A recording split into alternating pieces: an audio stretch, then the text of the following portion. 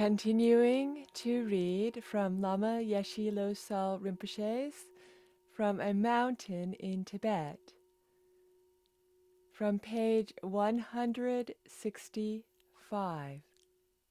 The Karmapa was going on a visit to Washington, D.C. before he returned to India, and he asked me to accompany him, along with Trungpa and a number of other monks.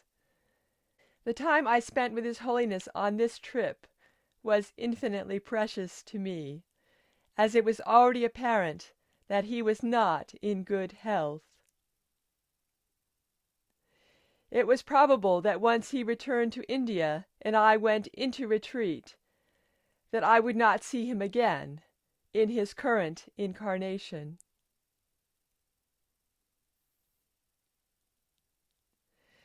This trip also proved my introduction to participating in Buddhist rituals as a monastic, for which I was woefully unprepared. On one occasion, His Holiness was conducting a puja, a ritual of chanting mantras and visualizations that invoke a tantric deity. The idea is that we learn to see reality through the eyes of the deity, leaving behind our mundane dualistic way of looking at things. Instead of believing that we are an individual who is separate from other people and external objects, we see everything and all beings as interconnected and sacred. It is a way of getting in touch with our own innate Buddha nature. There I was, in the front row, chanting in Tibetan, doing various hand gestures, mudras, and invoking elaborate visualizations, as many hundreds of people watched, when I suddenly realized how little I knew about the daily activities of a monk. For as long as I could remember, I had been rebelling against the monastic lifestyle. I had no idea what I was doing. Jamjong Control even had to turn the pages of the text for me, because I could not follow them. I had everything to learn. After the Washington, D.C. trip ended, His Holiness went on to Trungpa's Center in Vermont.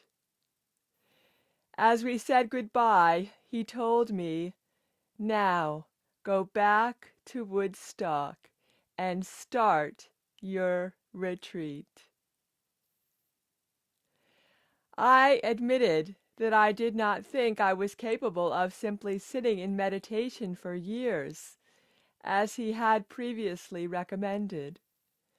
He suggested I do the Karmapachi Practice, which combines Guru Yoga, protector and deity practice all in one. Guru Yoga opens our heart to the grace of our teacher and his lineage through fervent prayer. Protector practice invokes the blessing of a Dharma protector, which helps clear obstacles to our spiritual practice. Deity practice awakens our innate potential, our Buddha nature.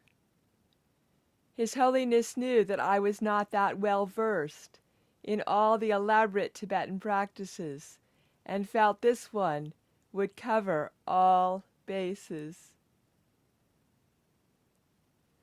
On my return to Woodstock, I set about building a small extension to my bungalow. Akon and I worked together for almost a week, passing tools from one to another, chatting about practicalities, or laboring in companionable silence. I found the task very calming, and I think this period helped to prepare my mind to relinquish the old resentment I felt towards him. Then I said goodbye to him and to a small group that had gathered to wish me well. And I went inside the cabin that would be my home for the next 5 years. It was very basic.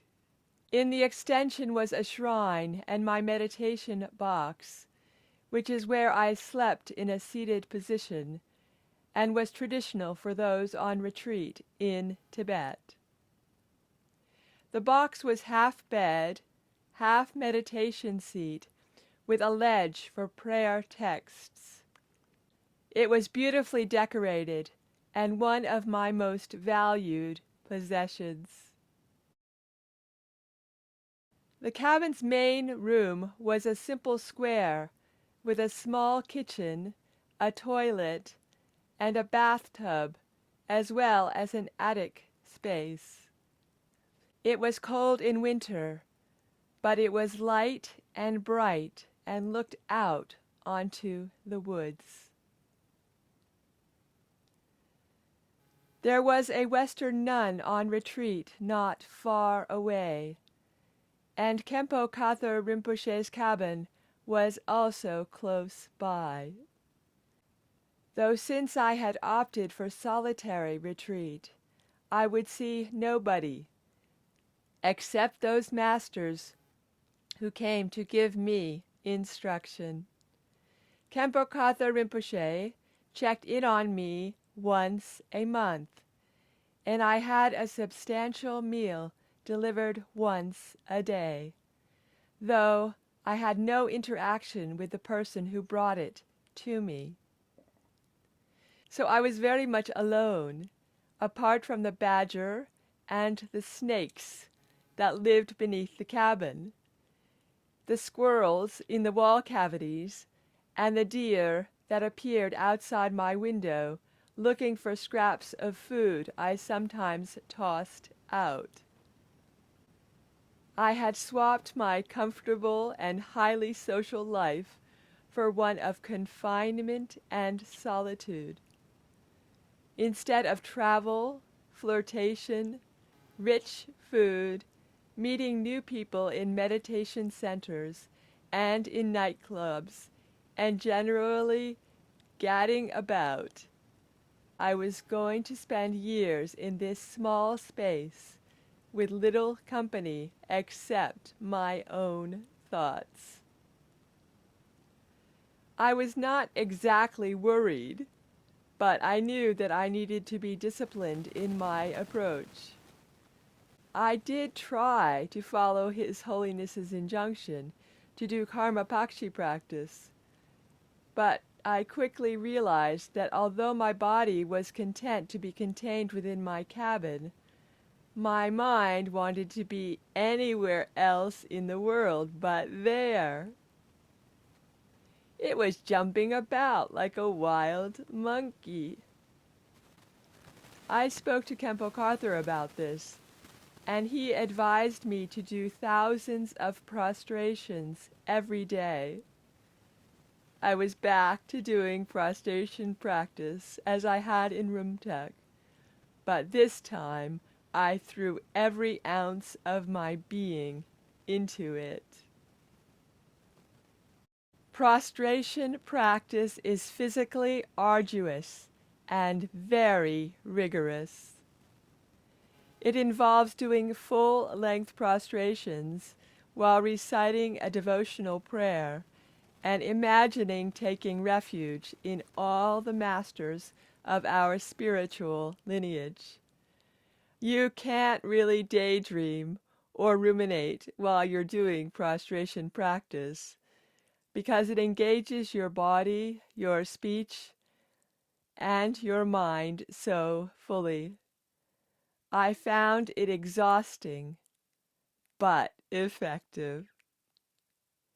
Gradually, over weeks and months, it helped tame my mind and bring me into the present moment.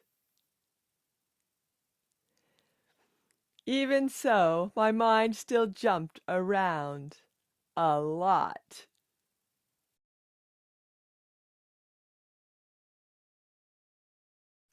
So Khenpo Karthar then instructed me to do shine, or calm abiding meditation, as well as prostrations. Modern mindfulness meditation derives from shine meditation. The idea is to tether the mind to a focal support in the present moment, such as breathing or a mantra, and each time the mind wanders, we bring it back to the focal support again and again and again. In the beginning of my retreat, I slept a lot. I think this was a form of avoidance. But you cannot sleep for 5 years. So I had no option but to find a way to deal with my unworkable mind.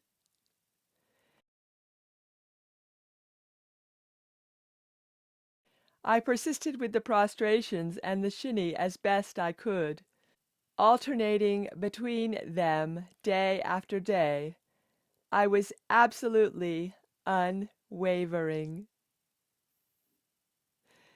Even when my knees were lacerated from throwing myself onto my prostration board, I continued. After a while, I no longer needed to use a mala and pebbles to keep track of how many I had done. I just counted in my head.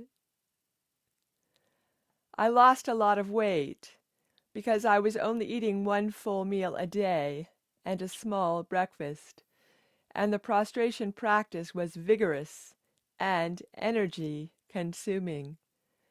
It was all very tough going, but the physical discomfort was the least of my problems.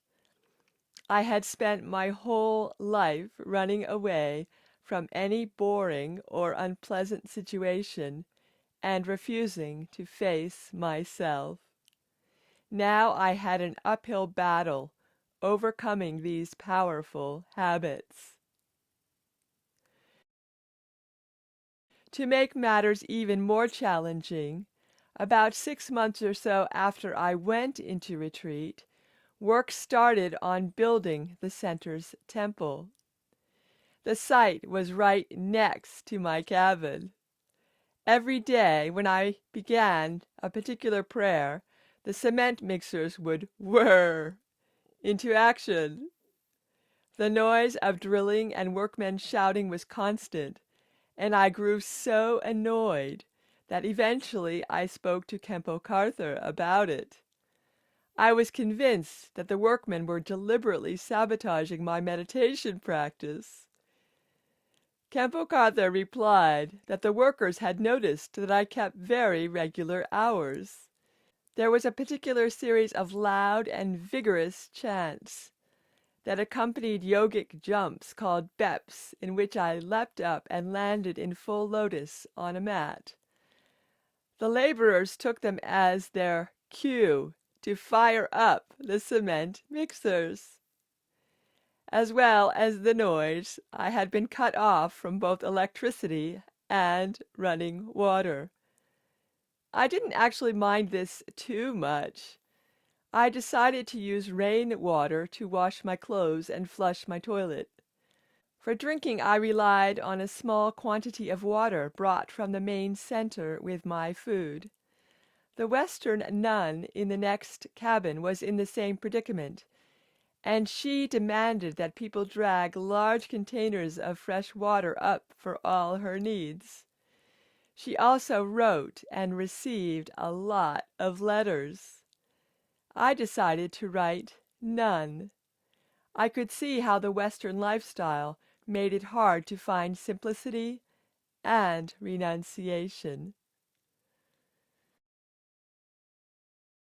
Continuing with our reflections on From a Mountain in Tibet from page 165. Yes, a lot of people think they go to the retreat they're going to have a good time. It's not nothing like that. It's nothing like that. It's not like that.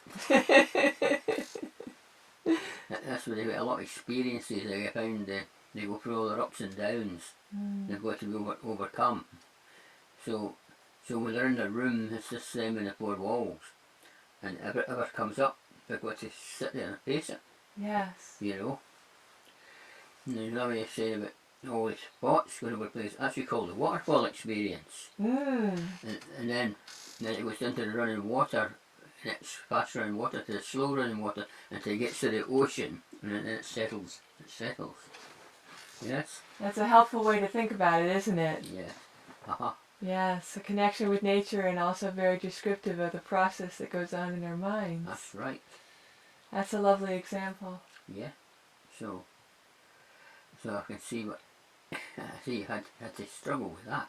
Yes. Yes. Everything's much more intense, isn't it? When we're confined, or when we're isolated, or when we're on our own, when we're in silence, any of these things that people do. Aye, well, actually the story I heard, when he went to Kempo Kappa to complain about the mixers, he told him to go back and use it for his practice. That's what I was told. Yes. Yes. Well, he might say that too. Yeah, I might have to come up at some point. Maybe this. We have heard the story, parts of this story before. So these mixers is the beginning. Yes. The first step is cutting the water and cutting the electricity. That's right. And they were timing firing up their machines to his yogic practice. Yeah. They probably thought, oh, we can start now. He's making noise. Yeah, that's right. We won't be disturbing him. He's making noise. It's okay. Fire up the mixers. Yeah, it's like a hard struggle going through everything that comes up, you know. Yes. I know some people who didn't follow the retreat very well, just to sleep, you know. Yeah. Or read a book. They wouldn't do any practice. They sit there and sit it out rather than practice. You know. A lot of people do that. Well, the change comes if we can engage with it, doesn't it? We use whatever arising as content of our practice. Aye. So if it was with Lama, yes, it was just him and his four walls and whatever came up in his mind. Yes. Then he had to struggle with that and face it. That's right. And had to overcome. Yes. Which he did do. Which he he overcame. So that was some training to go through, especially when you've never done a group retreat first. I went straight into that. It would be more difficult, you know. Yes. Yeah. And 5 years is longer than the usual first retreat too. It's usually 3 years, isn't it? 3 years, 3 months, 3 weeks, 3 days. Yes, aye. So it was going to be roughly double the length of a retreat that people generally start on. Yeah. I think it went more than 5 years though. Yes. I think it was told that I think it got extended to 12, and then somehow it didn't have to do the full 12, whatever happened. Yes. Well, time is very different, isn't it, when a person is in retreat? Yeah, that's right. The whole thing changes. Time. Yeah. Well, you had to keep practicing doing things to keep your mind stable. Yes. You had to keep doing it, you know. Yes. Yeah. Very structured day. Oh yeah, a very, very structured day. Yeah. So when you're in a group retreat, there's several people involved with keeping that structure. That's but right. he was on his own, so right. he had to do it himself. Right. Yeah. And he only saw Khenpo Karthar once a month, which... Well, yeah. If you haven't done any various practices before, you need to be taught and need to ask questions, you know. Yes. Well, he had that chance once a month, didn't he? Aye, so you carry on, yeah. Yeah, so he would have had long periods of time where he was probably thinking, the next time I see Khenpo Karthar, I'll have to ask him this. Yes, I don't think Lama Yeshe's retreat played musical instruments. They weren't doing group practice, were they? No. Preachers were single, just doing it on his own, you know. Yes. Maybe just had a bell and a damaroo, maybe, you know. Yes. What do you want to ask him? Well, knows what I'm saying now anyway. He'll bring it up when the time comes. Okay. So the things we are wondering about certain aspects of this retreat, because even though Yeshe has done a retreat, obviously Lama Yeshe Rinpoche's retreat was quite unique. Yes. So there's a insight that comes from Yeshe having experienced being in retreat before. Yeah.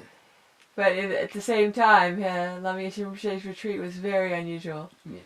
So that's why the thoughts are arising. Was it like this, or was it like that? See, Lama Yeshe's street wasn't watered down. Yeah, that's right. That's right. Full thing, you know. Full on. Full on. Definitely silence, because there's nobody to talk to, except for those animals. Except for some of those Westerners, it was a bit watered down for them, but they could write letters and things like that, you know. And well, he didn't engage in that, did he? No. Yeah, so he kept it very pure. Yeah. Yep. That's how it's supposed to be, you know. Very, Yes. very strict and pure. Yes. Yeah.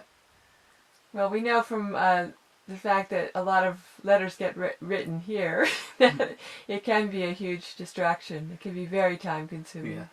It does take away from the focus on the moment and the focus on the self in many, many ways. Yes. It's only worthwhile if there's some benefit to it. So you can understand why it would be put to the side during a period of retreat. Yeah, that's right.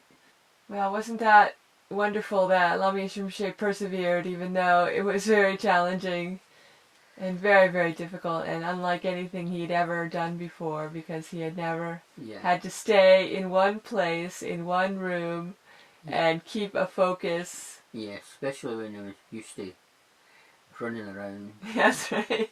Now you're in one place all the time, you know. Yes. So a lot of people wouldn't be able to hack that, you know. That's correct. But he turned it into a very few people do that here, especially in the West anyway. Yes. Maybe when they come into Tibet, maybe people will be more used to it, used to that sort of thing, you know. Yes. They didn't have all this writing letters and stuff like that. It wasn't available. Yes. Yeah. Everything was your nose into the grindstone. That's right. The right practice, get on with it. That's right. But you get the results for it too. Yeah. That's what you can see. If you complained about sore knees and skint hands, you'll be told, get on with it. It's worse than that in the hell realm, so get on with it. That's right. Yeah. Well, he did talk about that. He said his knees were lacerated, which means they were opening up with sores. Yeah. Yeah. There's some people, you know, they use cushions. Some people use cushions when they're down to do the prostrations, you know. Mm. Some people were too soft.